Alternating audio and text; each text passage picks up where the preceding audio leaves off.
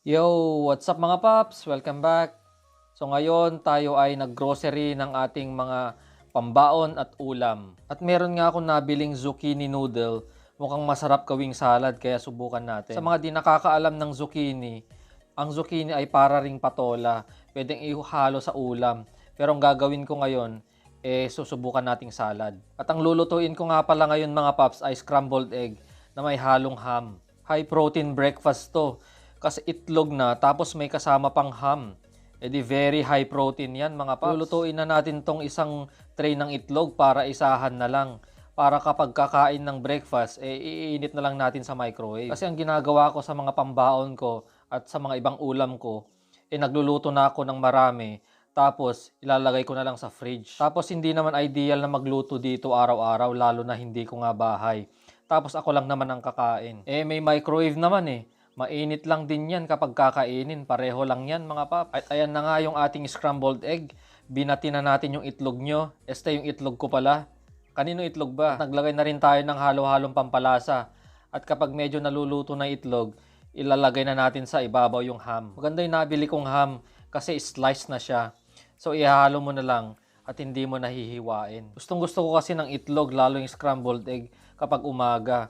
Kaya nagluto na ako ng marami. At meron nga tayo ditong asparagus mga paps.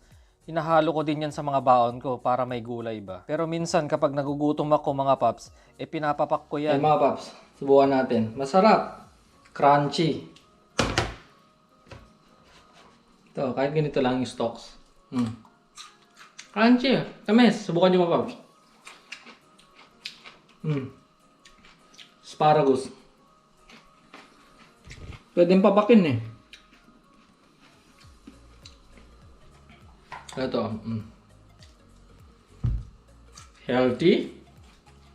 Walang luto-luto mga paps. At ayun na nga, naging kambing na tayo dito sa Australia mga paps. Dito kasi bihira sila magluto, mostly salad yung mga kinakain. Kaya tayo, naku-curious. Sinubukan na rin natin.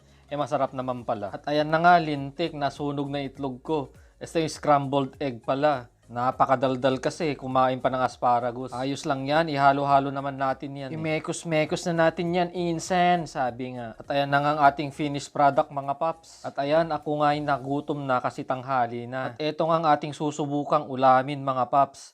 Etong zucchini noodle, gagawin nating salad. Mukha kasi siyang atsarang papaya Kaya naisip ko, baka pwedeng isalad to, lagyan lang ng sibuyas, kamatis, tapos bagoong. Katalo na yan mga paps. Kapag kasi nag-grocery ako at may nakikita akong kakaibang pagkain, nakikurious tayo mga paps, kaya sinusubukan ko para matikman. Buti sana kung may talbos ng kamote rito, di ayos, kaso wala, kaya subukan natin to. Naglagay nga pala ako ng kalamansi, kaso nasa bote, mahirap maghagilap dito ng kalamansi mga paps. At ito ang best ka-partner ng salad mga paps, na-miss kong kumain ng sardinas Mga paps, kain na tayo. Konting rice lang. Tapos may salad naman tayo. Sardinas. Tingnan muna natin to. Zucchini. Mukhang naparaming bagoong Tikim lang. Tikim muna. Mga paps. Noodles.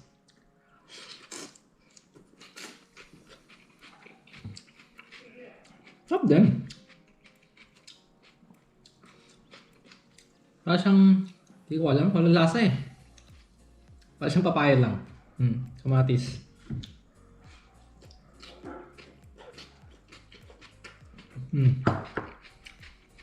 Pwede na.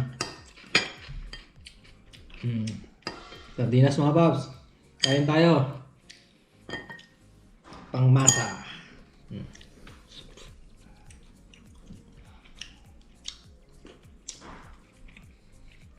Wait, chop. Sabay salad. Noodles. Kain muna ako mga paps See ya.